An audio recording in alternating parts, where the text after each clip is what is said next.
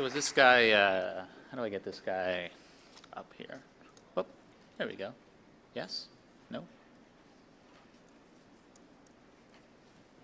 Hello.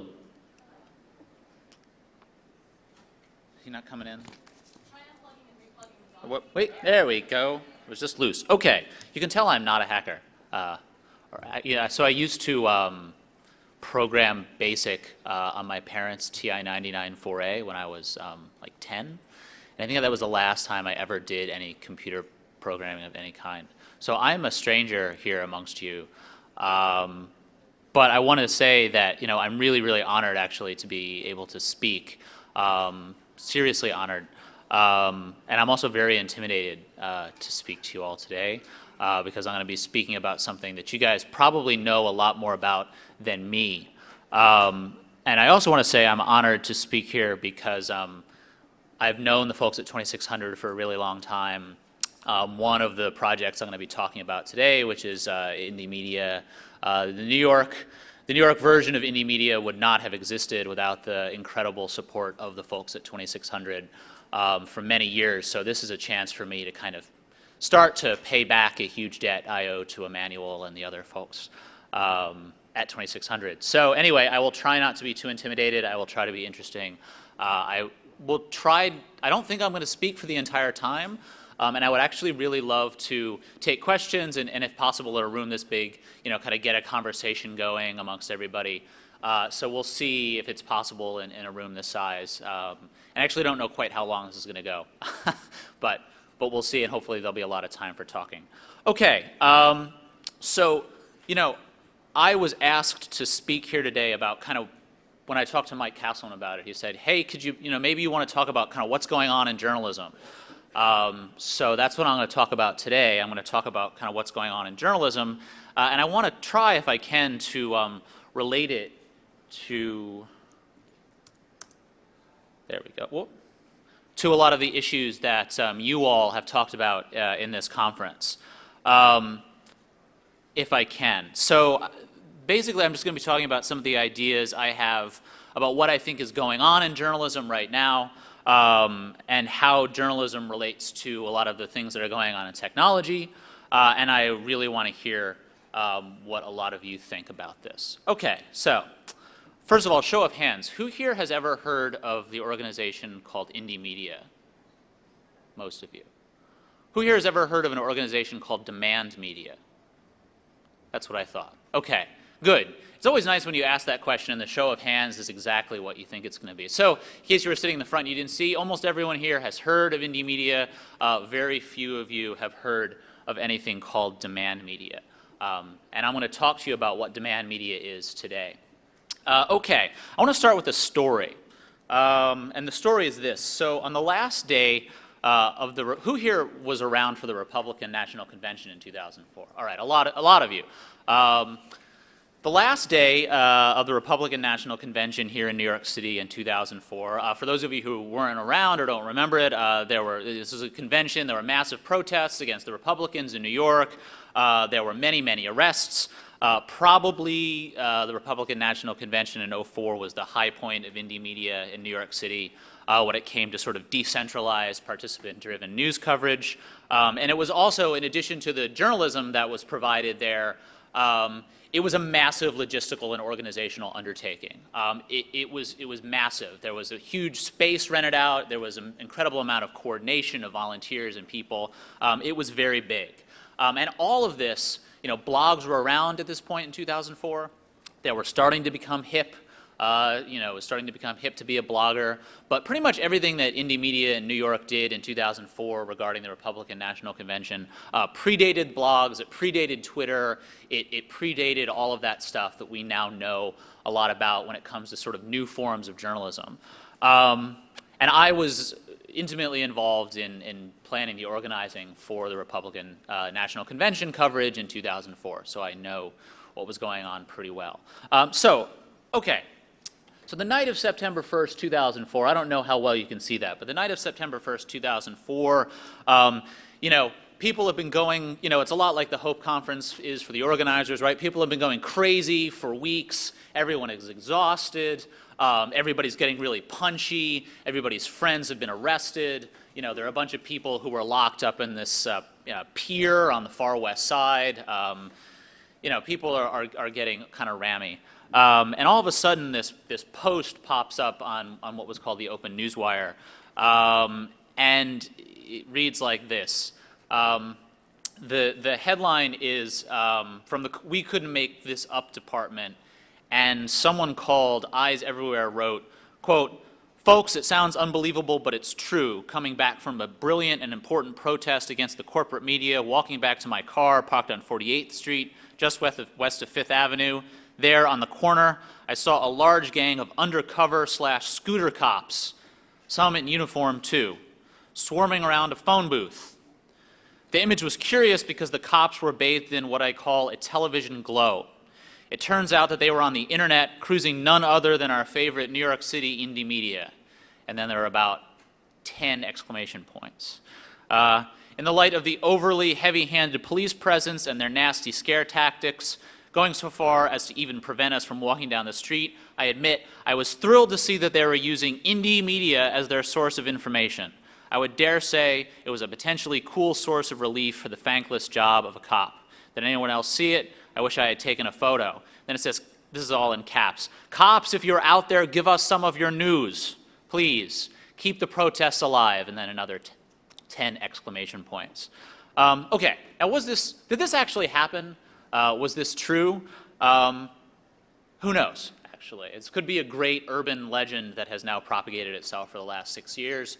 But I like to believe that it was true because what this story does, and the reason why I'm telling it to you here today, is that it captures the shift in what I call the affordances of digital communication. And what I mean by affordances is what digital communication allows us to do. And I think that this moment captures what I see as a shift from communication and technology that allows decentralized participation amongst a great number of people, right? Everyone can participate and contribute journalism to a single group from all over the place, to technology that enables decentralized surveillance. And technology that enables decentralized surveillance, and even more importantly, what I like to call quantification on a mass scale. Right, so you have this event where you have all of these protesters out there, everywhere submitting their information, photos of the protests and updates and sound and everything else, on the one hand, and then all of a sudden you see these NYPD folks show up and they're all sitting around being like, "Hey, what's going on in the protest? Where should we go? Well, let's check it out."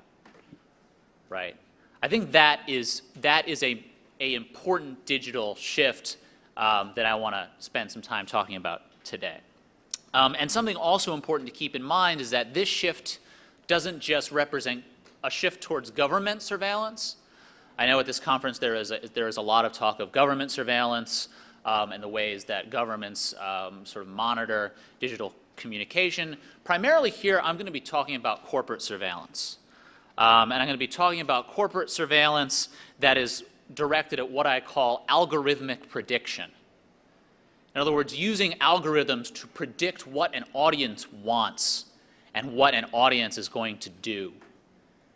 And that is the key shift that I'm going to be talking about here today, and I think that is the major storyline of journalism going into 2010, is a shift in technology that allows decentralized participation to a shift in technology that allows corporate surveillance aimed at algorithmic prediction of the audience.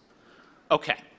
And I tried to capture that shift in the title of this talk, which I call From Indymedia to Demand Media. Indymedia represents sort of one form of what technology lets us do, and demand media represents another form of what technology lets us do. Okay, the nature of the shift can be seen here. It can be seen as a shift from technology that enables activism to technology that enables exploitation, technology that enables politics to algorithms, technology that where you have an internet that is based on what Clay Shirky called an internet based on love, to what I would call an internet based on low wages. And finally, you have a shift in, a organization that is represented by its extreme poverty. Indymedia was nothing if not perpetually broke, as anyone who ever was involved with it can attest. To the other organization I'm going to be talking about, Demand Media, which is not only broke, but is potentially going to release an IPO this fall that could be valued at anywhere as high as $1.5 billion, which would make it the largest IPO since Google. And if they don't release an IPO, they will probably be bought by Google or by Yahoo for another extreme amount of money. Okay, so that's the shift. Okay, so the shift begins, it begins sort of technology, there's always been decentralized participation in technology, right? Decentralized sort of DIY media, make your own journalism, all of that did not start with the internet. It did not start with Indymedia, it did not start with blogs, it did not start with any of that.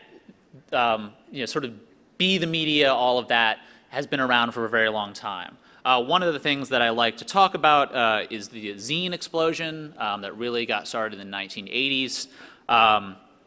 The explosion that we saw in creative media making online in the late 1990s and early 2000s was only the latest step in a gradual decentralization of information production. And I like to argue, and this is somewhat not true, but I like to argue that the predecessor to the homepage was the zine. Right, so you had these things called homepages. When I was in college, 1995, 1994, everybody wanted their own homepage. What were people making before they made homepages? They were making zines. Who here has heard of zines? Most of you probably, yeah, that's what I thought. And Biella Coleman a couple days ago said, Chris, make sure you talk about some of the hacker zines. So when she mentioned that to me, I ran home and learned a lot about hacker zines. So you all know about you all know about this. Probably some of you have read something called Frack. I just started reading it the other day. This is actually, you can't really see it, but this is the inaugural edition of Frack. You also had things called 40 Hex Online, the First Amendment spelled with a PH, the Brotherhood of Juarez, and of course everyone's favorite, sort of not really a zine, but a magazine, 2600. So this first trend towards decentralized, do-it-yourself information production didn't begin with the internet, and it didn't begin with Indymedia. But I would argue that Indymedia, the emergence of Indymedia in 1999 represented a qualitative shift, a major step forward in decentralized publishing.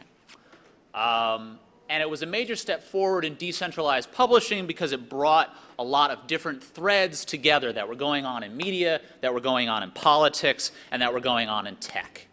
And I like to talk about how Indymedia's community, when it first began in 1999, was made up of sort of three groups. The first group was a group of kind of pre-digital community media makers.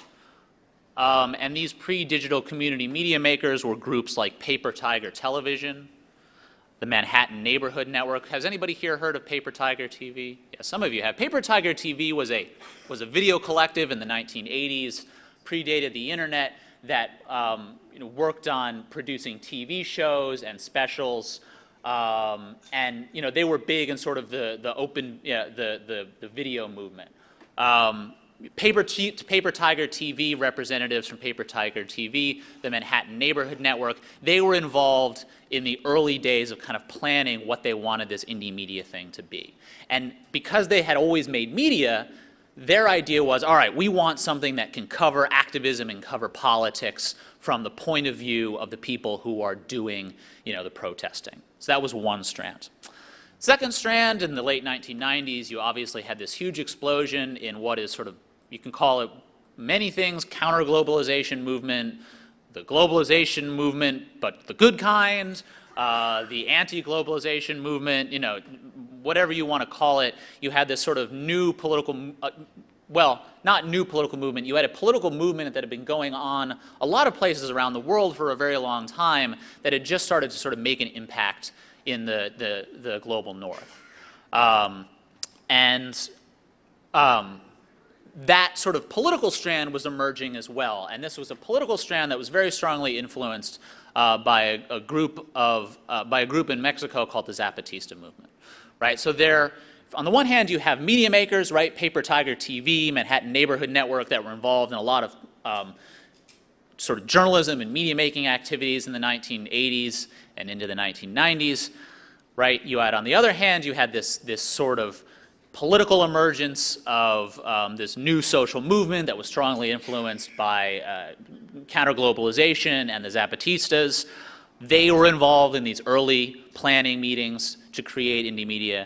And the third group, which is the group you all probably know the most about, is what I like to call the politically oriented hacker community, which of course is only a small subset of the larger hacker community, right? Because not every hacker cares about politics. Certainly not every hacker would identify themselves with, you know, these other two strands that I talked about. But certainly there were some. There were some people who would. And so the third strand to this is what I call the politically oriented hacker community, and particularly a group of like what I call coder activists who were affiliated with the Community Activist Technology Network in Sydney, Australia. And again, the name here is Community Activist Technology, Sydney, Australia. They're also called Catalyst. Anybody here ever heard of Catalyst? Catalyst sort of is where this all starts. And the folks at Catalyst had this idea that it actually started because the folks at Catalyst wanted to figure out a way that they could create an online calendar, right? They wanted to create an online calendar, and they were tired of having to photocopy their calendars every time they wanted people to know what was going on. So they wanted to create an online calendar. And then they figured, well, look, if we're going to create an online calendar, why not come up with a way that instead of sharing what's going to happen, you know, 10 days from now, we can actually share what happened yesterday. Or we can share what happened 5 minutes ago. And hey, we've got the internet now. We can do this. Right? We can find a way to share information about what's happening right now. And this was the idea of folks at Catalyst. And you can see right here, this is actually the J18 Sydney webcast. And this was the debut of a software called Active. From the best I'm aware, this was the first time that this type of real-time software was used in documenting a political protest. It was not called Indymedia then, it was called Sydney Active. But if any of you have seen an Indymedia website, you can sort of see the origins of it here, right? You've got, so instead of the list of things going down like that, you've got a list of things which are kind of going across the screen, right? But you can see there are things like Riot Van, right, by Simon Rumble at 6:37 p.m. Tuesday, June 22nd, 1999. I don't know about you, but having one of these around makes me feel less safe, not more, right? And these sort of updates run across the page. And this was June 18th, 1999. Okay, so what was new? And this is the page, and this is the software that would eventually, in a couple months, go on to become Indymedia.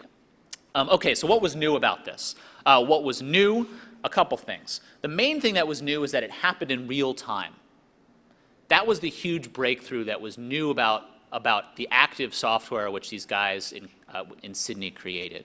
And this guy, Andrew Nicholson, who at the time was a member of Catalyst in Sydney, he wrote recently, he was sort of talking actually, I think he gave an interview with sort of this overview of what was happening in Indymedia at the time. He wrote recently that the breakthrough of Active, which was the coding, which was the software, was that activists could share information in near real time, right? So instead of updating what happened, you know, at the end of the day, and you'd sort of collect all the information and say, hey, this is what happened today, somebody sitting on their, you know, computer somewhere could say, this is what happened 5 minutes ago, and they could upload it immediately. So Active allows for updating about what's going on in real time. Second thing that was new, it was radically participatory. Anyone, anywhere could upload, right? You could log in. You didn't have to log in. You could put the page up and share what was going on, right? And that is different than what had existed before, primarily on the net. You had email sort of groups chat groups that were sort of limited in terms of who was actually participating, right? The idea here was that anybody could participate. The third thing that was new was that the stuff that Indymedia was covering was concerned with what I call public issues in a new way, right? The people who were documenting this stuff were concerned about politics. They were concerned about politics, and they were theoretically gearing their coverage toward everybody. They were saying, look, this is politics. You should all be interested in what's going on here. This affects all of you, right? This little story here about this riot van, people who uploaded this story they said, this relates to every single one of you. This is political. And because it's political, it impacts everyone. And it was not geared towards, for example, a particular zine community, right? So in the zine world, you had a very strong sense of this is who my audience is, this is who I'm targeting, this is who I think cares about this. It was not similar quite insofar as you were saying, look, here they were saying everybody should care about this. This is for everyone. Everyone can participate and everyone should care. And when you bring these three things together, right, real-time, radically participatory, concerned with public issues, what you basically have is you have a hack of journalism. You have now hacked journalism in a pretty fundamental way. Because what does journalism care about? Journalism tells everyone that it cares about the public, right? It says that reporters are the ones who bring you the information in real time, right? Because they're there and you're not. And they say that only a few people can do it. So when you bring these three strands together, you're not just hacking the media, you're hacking journalism. And this is, I would argue, a significant change and a significant development. And this is just a long quote here that I think is useful. This is from a recent overview of Indymedia's anniversary that got put out in February 2010. And it basically says, I call it the emergence of the participatory web, and the quote is, for Nicholson, this guy in Sydney who I talked about, who did this along with another guy, Matthew Aronson. These were sort of the two hackers in Sydney who invented this software. For Nicholson, the first Indymedia site uniquely brought together the hacker systems of communication, which had developed in the early days of the BBS and the ARPANET, with an expanding counter-globalization movement and its non-expert adherents and enthusiasts. The interactive elements which were so novel in the Indymedia site had a long history in the smaller base of the open source community of programmers who were writing websites for other programmers and were used to using the most advanced technologies of the time to rate and improve those programs. So this is the guy who helped develop the software, and he is pointing to the relationship here between what the hacker community was doing and then what they tried to bring into this new form of journalism. Okay, fast forward 10 years. Here we are, right? This is everywhere. What was new and unique and radical in 1999 is now, I mean, look, this is Twitter, right? From the Tehran Bureau. And we've all heard these stories, right? Iranian activists using Twitter, et cetera, et cetera. Hillary Clinton, the State Department, goes to Twitter and says, hey, please don't shut your site down for maintenance. These activists in Iran are using this technology in a new way, right? So there has been a mainstreamization of this. This has now been mainstreamed to sort of an incredible degree. And I call this the ubiquity of Web 2.0, which is a term I hate, actually, but sort of using their own names to describe how they like to call themselves, what they like to call themselves. This is sort of the ubiquity of Web 2.0. And what was once avant-garde is now nicely branded with this, little bird, right? And it's light blue. This is black background, right? Twitter, light blue, right? I mean, the colors tell us a story here. Okay, the ubiquity of Web 2.0 protest media. So the next step, or sort of the countercurrent, or the thing that's happening on the side that's really big and important that not many people are talking about in these sorts of rooms, is what I like to call from Indymedia to demand media. And I'm going to tell you now a little bit about this thing, demand media. Demand Media is a large company that was created in 2006 by a former sort of venture capitalist named Sean Colo. He was a principal in the private equity industry. And this other guy, Richard Rosenblatt, who is the former chairman of MySpace.com. And they came together in 2006 and they said, hey, I've got a new idea for a media company. I think this could be really neat. what does demand media do? Demand media basically creates online content and online journalism based on a combination of measuring consumer demand and predicted return on investment. And what that all means, I'm going to talk about in a second. But this is sort of the new way that these entrepreneurs and these very savvy businessmen have decided, you know what, forget this, everybody's doing this, what's really important is this new thing, this new model. And if the sound is working, I'm going to try to load up a brief video of them talking about it. Let's see if this works. And it may not be. I do not think it is. That's okay. If it's not, that's all right. I can explain to you what it is. Anyway, I mean, you should at least get a look at this guy, right? This is Stephen Kidd. He is the CEO of Demand Media. I do have it plugged in, yeah. But that's okay, really. I mean, you know, it's just as interesting to sort of get a look at this guy, right? He's not hanging out at 34 East 29th Street in New York, you know, sleeping on couches.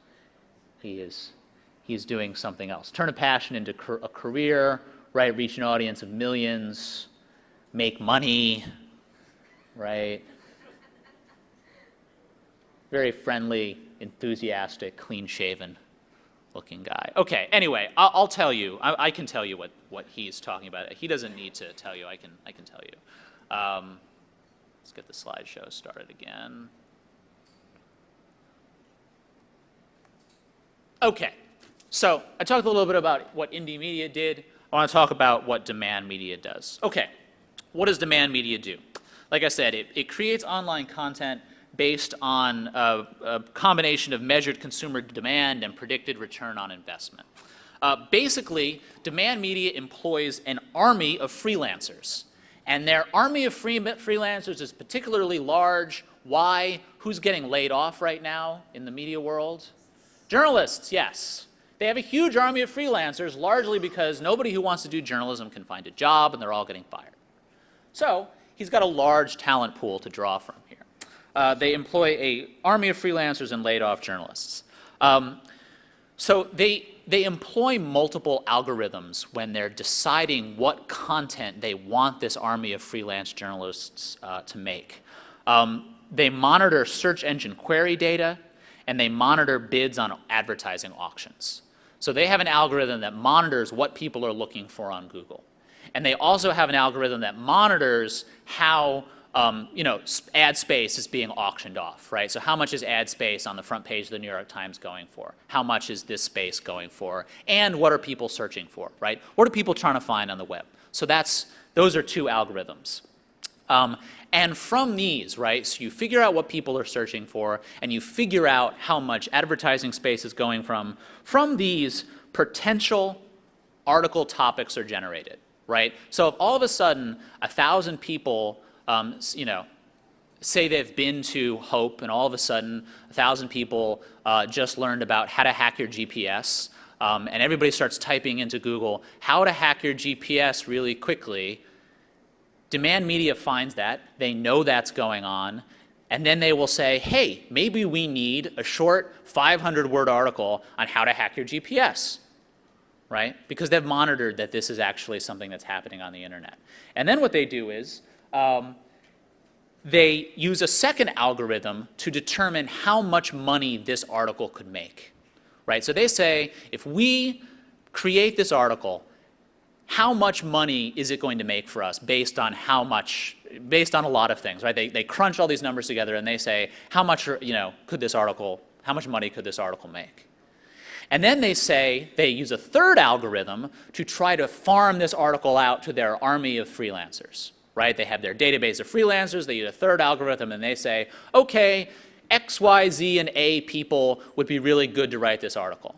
And based on how much money it would make, we're going to know exactly how much to pay them, right? We're going to know to the cent how much this article is worth. So they know exactly how much this article is going to be worth. They know exactly who can write it, and they know exactly how much to pay them so they can make the most money that they possibly can, right? The article is then farmed out to one of the thousands of freelancers employed by Demand Media who take on the assignment and generate a story loaded with SEO keywords, search engine optimization keywords. And I'll get to that in a second. It's actually kind of amazing. Demand Media publishes 7,000 articles a day. And there are other companies, there's another one called Associated Content, which I'm going to talk about in a minute. They publish, I think, 20 or 30,000 articles a day. A day. If you're one of the people who's lucky enough to work for one of these companies, your compensation is between $3 and $30 an article. Usually the average price is about $6 per article. So you can make $50 a day if you churn out, 10 articles. 50 bucks. All right. What does this content look like? This is almost beautiful, really. I don't know if you can read this, but the title of this article, this is by Associated Content. It's not by Demand Media, but it's the same type of company. And the title of this article is Speed Stick Musk Deodorant Product Review. Okay. Obviously, they monitored that somebody was looking, how good is Speed Stick Musk Deodorant? Maybe we should do a product review. This is what it says. It says, as I was browsing the articles in our local CVS drugstore, I noticed several deodorants with 80% off. One of them was a hefty size Speed Stick by Menon. The retail price was $4.19, and it was discounted by $2.39, making my cost just 80 cents. All right, first of all, that's wrong. The cost was $1.80, making my cost just 80 cents. I figured this big guy was twice the size of the Era deodorant I often purchase. Okay, what's a keyword there? This big guy was twice the size, right? This big guy was twice the size. Rare it is.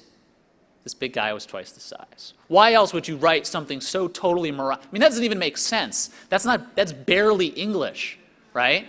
But you get it in there. This big guy is twice the size. It goes on. The deodorant is made for, here it is again, deodorant is made for a guy's big hand. But my smaller hand was able to hold it. It is really neat because it has black grips on both of the sides. The front and back are white with the logo in black and white on white, bronze, and black backgrounds.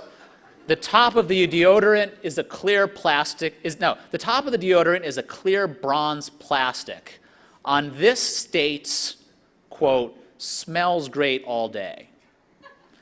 It goes on. I lifted off the top of the deodorant and there was a clear plastic protector on it. Okay. I pulled this off to show the deodorant, which was a clear, solid, see-through product. The musk smell was very refreshing and not over the top. And here's your final keyword, I think.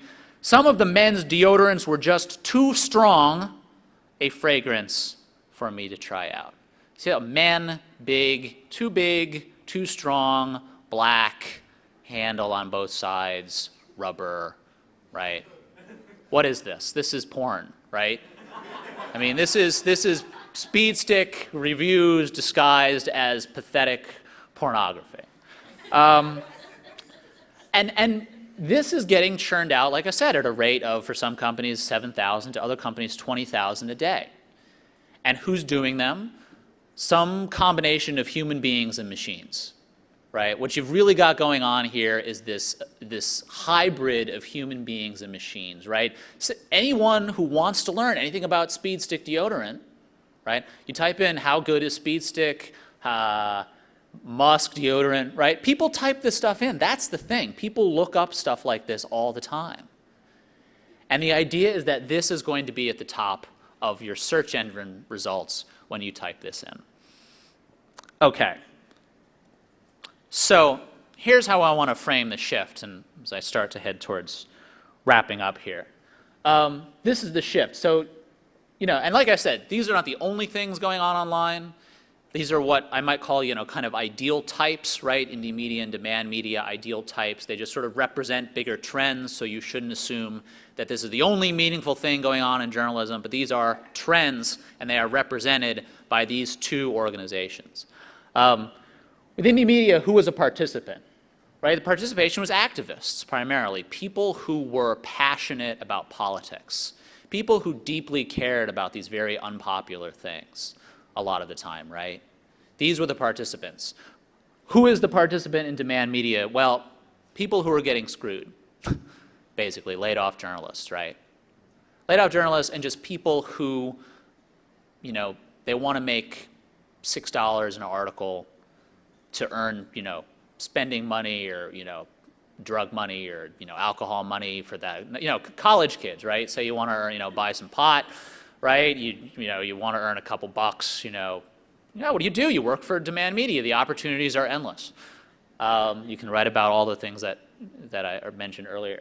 So demand media, who's your participant? Laid off journalists. Second thing, who are the people you're aiming your product at? Who's your community? Who are you trying to reach? For Indymedia, you're trying to reach an engaged community, right? You are trying to reach all of those people out there like you. Those people out there like you who really care about these topics, who really care about these politics, who for one reason or another are passionate about this thing, right? Whether it's the World Trade Organization or whether it's community gardens in New York City or whatever it is, those are the people you're trying to reach. Who are you trying to reach with this sort of demand media idea? With demand media, you're trying to reach the algorithmic web, right? That is your public. Your public, it's not really even people anymore, right? Your public is sort of these mashed together algorithms, Google, people, keyword searches, SEO optimization, right? It's almost hard to talk about these things as if they're people, right? They're all these things sort of mushed together, right? So you've got this public that's kind of generated out of this algorithm, right? Who's the idea? What's the idea of what you're trying to reach? It's sort of this human soup, right, that's been mushed together from all these things. And one can sort of quibble with that in a lot of ways. I'm sort of being extreme in my generalizations here. But, I think that there is, when you compare these two things, you see a real difference between the idea of trying to reach an engaged community of activists and trying to reach the random million people a day who type in a keyword search for speed stick Musk deodorant. Right. Okay. The politics, well,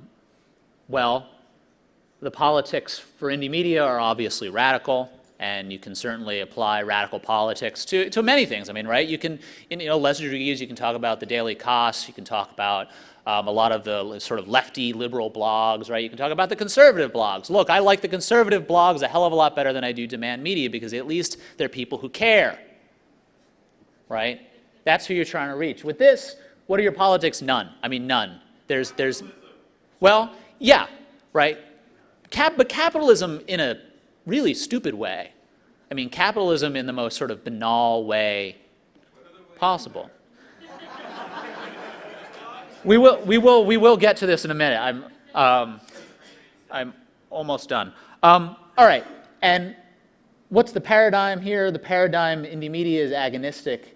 The paradigm with demand media is what I call algorithmic, right? By agonistic, I mean people who want to participate and sort of fight back.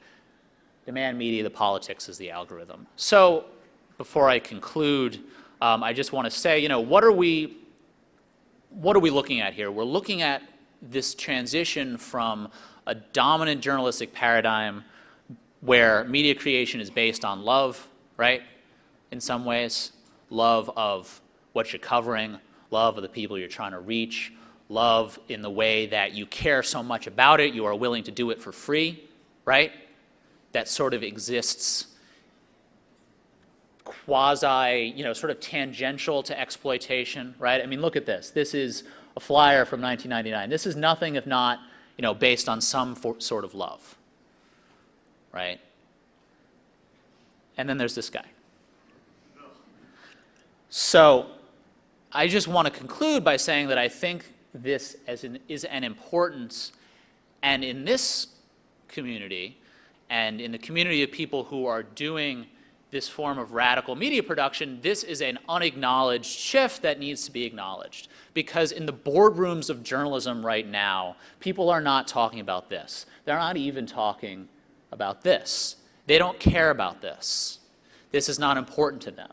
What's important to them is this. Yahoo bought Associated Content a couple months ago for some untold millions of dollars. You know, the company that made this was bought by Yahoo for a giant sack of money. USA Today is sort of taking its stories about travel from this guy, right? The dominant trend in journalism is not about this. It's not about this. It's about this. So before we get to, before we congratulate ourselves too much about the fact that we have had all these successes with things like this, I think we really need to think about, as people who are, participating in the world of sort of technology and media and activism, what do we do about this guy? What relevance does this guy sort of have to us? And with that, I want to conclude, and I want to, so it's 11:43, so we've got 15 minutes for questions. I love to talk. We've got a mic there and a mic up front, so thank you very much.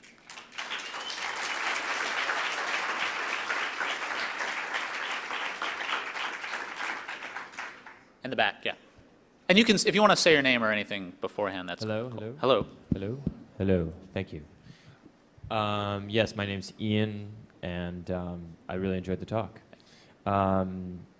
I actually was part of the Imagine Festival that ran during the RNC. So, yeah, and we love you guys. I guess my question is, so we have the porn, the barely masked porn article. So the idea, just so I'm clear, maybe this is obvious, is that people searching for porn, which people tend to do probably more than anything else, as we know, hit on that article and get exposed to the advertising. Is that the idea? Basically, yeah. Okay, Yeah. Just want to be clear about that. Yeah. Okay, thanks. I mean, and it's, it's sort of like how, back in the days of pre-Google, you would just load your site up with, Britney Spears crotch shot, right? That would be the text on the entire page, and there would be like a blinking sort of ad in the corner. It's sort of the Googleized equivalent of that. Gus. Cool, Chris, this is great. I was really excited to hear. And Dr. Andrews, congratulations, by the way. Thank you, Dr. Anderson. Little mutual frottage going on there. So I loved hearing about demand media. I'd like to get you on the media show to talk about that because it's just fascinating what they're doing. I'm sort of wondering, though, I've encountered a lot of pages like that in the past years. I've been trawling the nether regions of the internet, and I can't help but wonder, like, in terms of PageRank, which I feel like is sort of one of the main currencies these days, how do sites like that actually do? I'm honestly not sure. I mean, because I feel like there's sort of different audiences of people running into, the stuff that might end up in the New York Times versus the stuff that ends up here. So do you have any thoughts on that? That's a great question. I think what demand media says they will be doing, what they say they're doing with regards to PageRank is they say they're hitting what they call the long tail of the web, right? So if you look up deodorant, that page may not come up very high.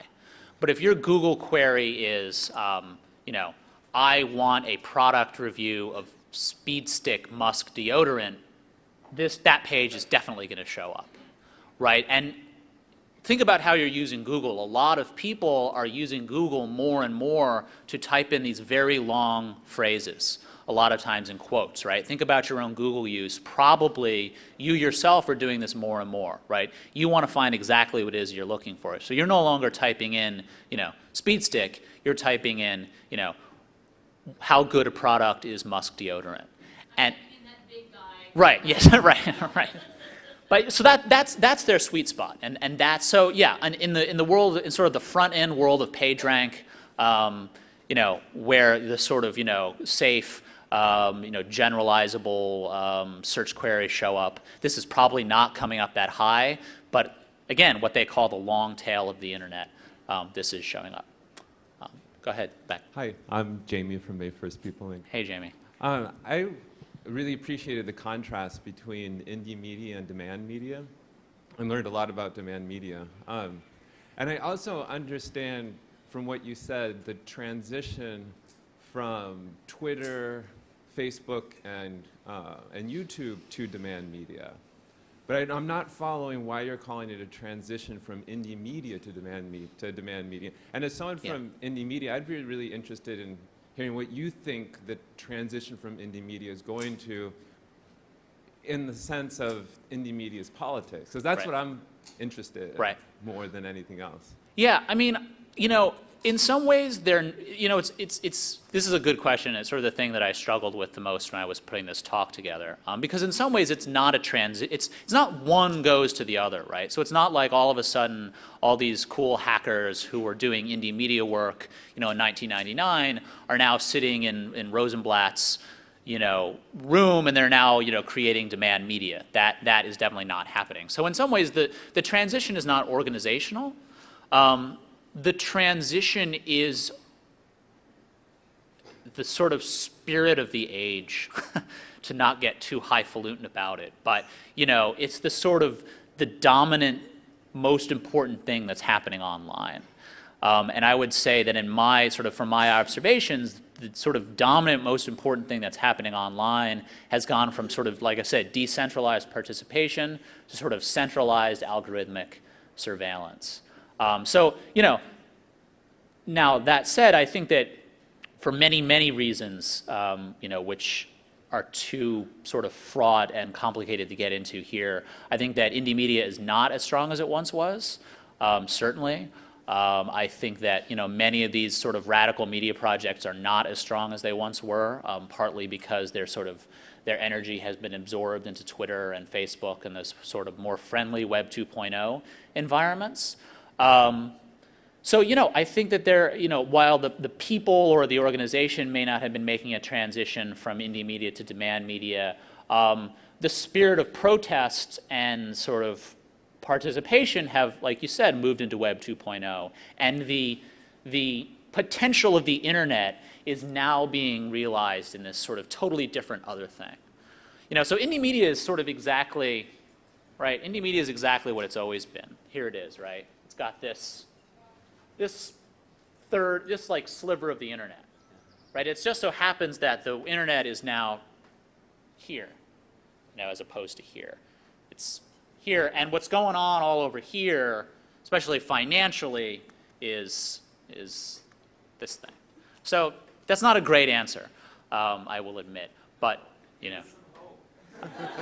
Well, okay, so, you know, so the hope, I mean, no, so the hope is, you know, what Julian Assange and those people are doing, I think. I mean, we shouldn't think that, you know, what we need new radical projects that will break through, right? We need the kind of thing that these guys in Sydney were doing in the 1998, 1999, right? That's the stuff that we need. We're never gonna take that space back from these guys. We're never gonna take it back from them, but we can build new things that will get people excited again. I guess that's what I mean, right? We need new stuff, new projects, new organizations, new people who will get people excited again.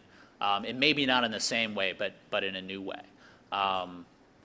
You know, and in some ways that's your job. You know, not to put any pressure on you, but, you know, we need people to get involved and to, you know, not let this be the only thing out there. Yeah. Hi. Kind of in a similar vein to that gentleman's question, don't you feel that the growth of things like demand media is probably caused by the relative growth of the internet from a hobbyist and technologist and sort of a novelty to more of a necessity these days? Yeah. Obviously, a lot more people are connected. And that's why we have a lot more shallow people on the net, I guess. I mean, just to put it bluntly. In that regard, I don't think there's really a threat to people like Indymedia because the audience is still there and it's pretty much the same thing. I don't think sites like Indymedia generate as many of those people as it is that they provide to an audience that already exists. And the same goes for demand media. I think on one level that's true. I think the way it's not true is that, you know, here's the thing. Demand media is not a mirror of the way people are, right? So it's not like you've got people and then their own sort of shallow banality shows up in the, I mean, some of that happens, right? But this creates a certain kind of person. So it's not, shallow people flock to demand media. It's that shallow people and demand media create each other, right? The existence of this creates the idea of the shallow internet user. Yeah, but how in much some of that ways. existed before demand media? And it's just now being brought to light by its existence. Yeah, I mean, in some ways it's a philosophical question, right?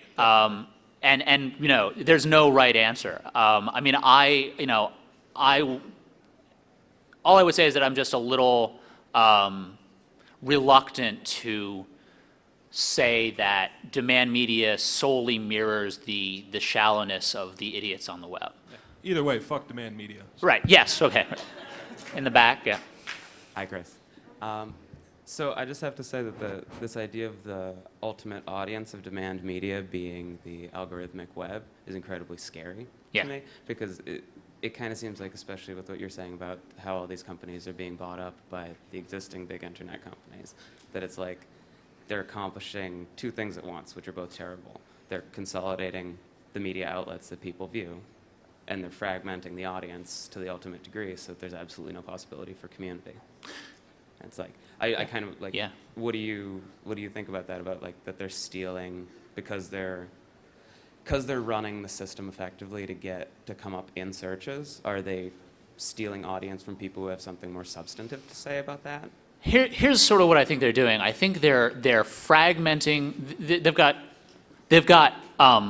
They're doing two things simultaneously. Mm-hmm. They are fragmenting the audience as much as they possibly can, Mm-hmm. but then they're reuniting that audience through the sort of algorithmic mush maker, So is that, right? I don't know if they're taking, audience away from better products, but they're certainly consuming a huge amount of money. Yeah. And that's what you were meaning by demand media makes stupid people. Um, Sort of, like they take people in and they inculcate them. That's- then yeah. Spit them back out. Yeah, I would say that's one way to look at it. So we've only got 2 minutes left, but I guess what we could do is if people just want to, can people talk for like 5 seconds at the mic? And you can also go to Morse afterwards. Okay. Yeah, I'll hang out at Morris, and I guess what we can just have is, rather than me responding, if people just want to sort of say what they want to say, we can get through everybody. So go ahead. No, I actually had a question. I just want to know if maybe we could subvert the techniques of the corporate America guy to our ends. Yes.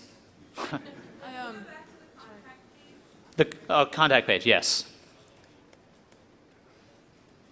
That's me.